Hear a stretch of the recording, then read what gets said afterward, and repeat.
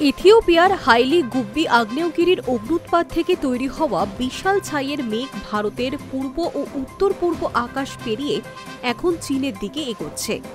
মঙ্গলবার সন্ধ্যায় এমনই জানিয়েছে ভারতের আবহাওয়া দপ্তর।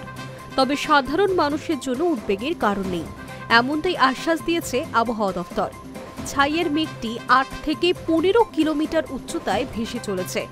এই উচ্চতায় ঘন্টায় ১০০ থেকে ১৫০ কিলোমিটার বেগে বাতাস বইছে, ফলে ছাই দ্রুতই পূর্ব দিকে সরে যাচ্ছে।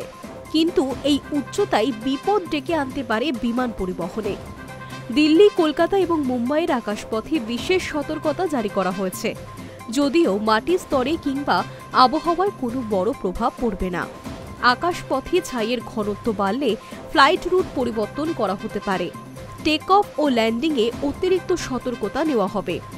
দৃশ্যমানতায় সমস্যা না হলেও ইঞ্জিনে ছাই ঢোকার ঝুঁকি এড়িয়ে যেতে নজরদারি বাড়ানো হয়েছে।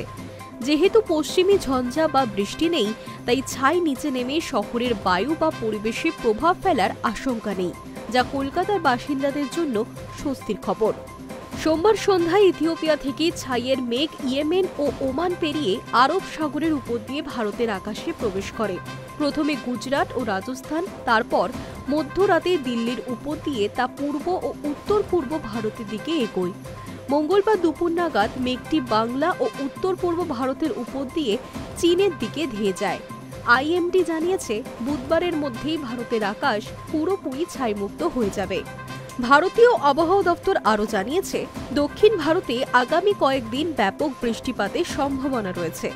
তামিলনাড়ুতে ৩০শে নভেম্বর পর্যন্ত ভারী বৃষ্টি, ২৬শে নভেম্বর কেরলে বৃষ্টি হবে।